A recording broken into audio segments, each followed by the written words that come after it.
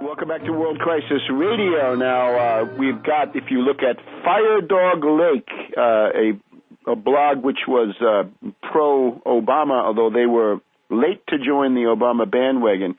You've already got the first article on Fire Dog Lake, Dump Obama. It's time to dump Obama. We have a poll taken last week that shows 47% of Democrats want a primary challenger to Obama. And if you watch the this week, you'll see that Ed Schultz was not happy with Obama.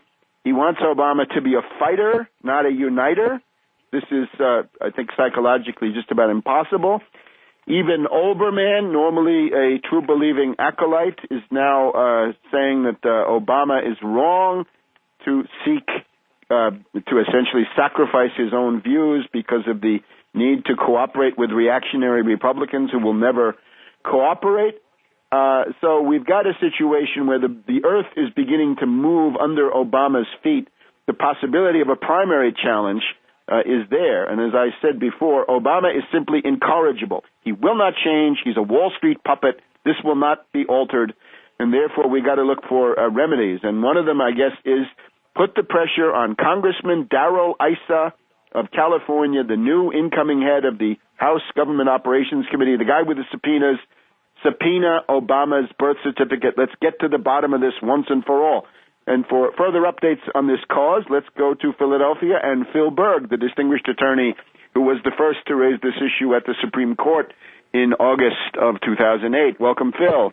My pleasure to be on. You are absolutely correct. We're about to draft I'm going to be drafting a letter from ObamaCrimes.com to Darrell Issa, the congressman in California, who has the power of subpoena, and we're going to request, actually demand, that he hold a hearing regarding Obama's qualifications. And we're going to put gather up a petition so people can sign it. But the Democrats didn't do it, and now we'll see if the Republicans got any chutzpah to do it, because I think one of the senators said his goal is to make sure that Obama's not reelected. Well, more than reelected, he shouldn't even be in the office at this time. And if the Congress would hold one hearing, I think Obama would be out of office, because Obama cannot prove that he's constitutionally eligible to be president, but because he's not. Remember the two issues, and everyone out there, ObamaCrimes.com has been the leader from the beginning, and we will continue to fight on. The two issues are the birth certificate, but more important than the birth certificate is the fact, because he mentions it in his autobiography, that his parents had divorced, his mother remarried, his stepfather, Lolo Sotoro, returned to Indonesia before he did with his mother. He was either acknowledged or adopted in Indonesia. The school record indicates his name is Barry Sotoro. If he hasn't legally changed his name, he has committed fraud since that time. Yes, you can use an alias, but you can't use it for fraudulent purposes.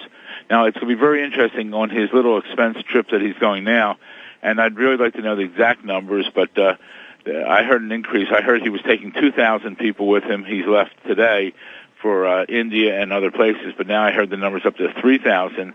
The cost estimates have been up to $200 million a day. Whatever well, they are. I would really warn you, that's a lot of right-wing propaganda. I think that's right. Whatever the number is. That's the right-wing noise machine. It's too excessive. The word is, though, he's really taking 2,000 to 3,000 people. The word is they're taking 40 planes. The word is they've rented out a hotel with 800 rooms in it. If he's taking that many people on this trip, you know, it's just outrageous, especially when there's people starving in this country and the unemployment is 10%, but it's really probably 16 or 17% when you count the people that aren't on there. But really, worse than this, the policies that he's taken to South Korea is he's going to take the policy of let's bash China, let's have free trade, let's sell out American working people. That's what really hurts. This other stuff is chicken feed compared to the economic damage that he's done, right? He's put Bernanke back in office. He's a Wall Street puppet. That's the heart of the matter. Right. He's telling everyone he's doing this to bring business to the United States. I don't believe it. We'll see the end results out of it. But still, it's just outrageous. And really, for the Republicans, I commend those. I had put out a press release right before the election, Stop Obama, Agenda, Vote Republican. A great number of Republicans are in there. I'm a lifelong Democrat. We're doing this because we have to stop these policy here. The health care. Obama even doesn't get the message at this point because he's saying maybe they'll make some changes. It has to be repealed. Now, what's going to happen is they're going to vote. The House is going to vote to repeal it, and Obama's probably going to veto it. And the people have to take in mind what's going on. But meanwhile, as I said before, we're the umbrella organization here. Obama Crimes is the umbrella for whatever your issue is, whether it's taxation, whether it's health care, whether it's anti-war, whether it's Social Security. We're the umbrella. And then join us with this petition we're going to put together to ask or actually demand that Darrell Issa, forced by subpoena Obama to appear in Congress and prove he's constitutionally eligible. That's their responsibility. The Democrats had a responsibility. They failed, and I believe they're on the verge of treason for not doing it. We'll see what kind of guts that the Republicans have, because this is something that should be done. It's something I said back August 21st, 2008, when I filed my first lawsuit, Webster. I said, if I'm wrong, show me I'm wrong. So if we're so wrong on this, the subpoena power to the White House should be nothing detrimental, because what should it do? It should force him to bring forth the documents which he says he's constitutionally eligible to be president. A routine matter. That's a fraud. But there should be no objections on that basis. Come forth, show us you belong there. And really, if Darrell Issa doesn't do it, we really should start pressuring the new Speaker of the House, which I'm going to send a copy of the letter to also, to demand that this be done, because this is urgent. Let's find out once and for all. I mean, if I'm wrong and you've led me down the Murray path for the last two and a half years, I'll walk away, but I'm right, and let's prove it, and Darrell Issa really has a definite responsibility of what to do come January, and I hope he lives up to his responsibility. Absolutely. And you know what? Really good. Send it to Boehner and the other incoming leadership, right? We'll do that. There are a couple of others.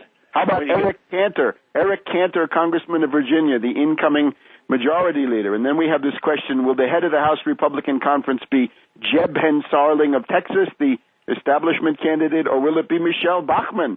And let's see if Michelle Bachmann has the courage of her convictions. Send it to her, too.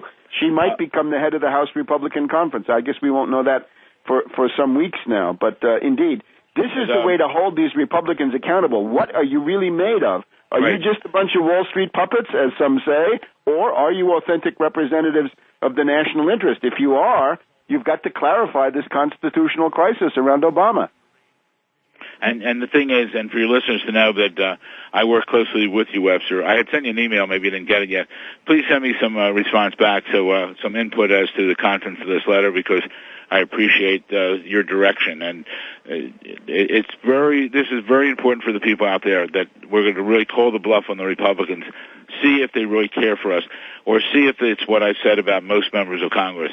Unfortunately, most members of Congress, in my opinion, have two goals. One, to raise as much money as they can, number one. Number two, to get reelected. Let's see if they really have the chutzpah to do what's right for our country, because we deserve to know the truth. And if Obama's a fraud, which I believe he is, I believe he's a fraud and an imposter, and this is the biggest hoax against our country since our inception 234 years ago, I think it's incumbent upon the Republicans to call this hearing. I mean, what are they afraid of? Absolutely. I mean, what possible objection could there be if this is simply a routine matter? And now they have the subpoena power. There's absolutely no doubt they can compel.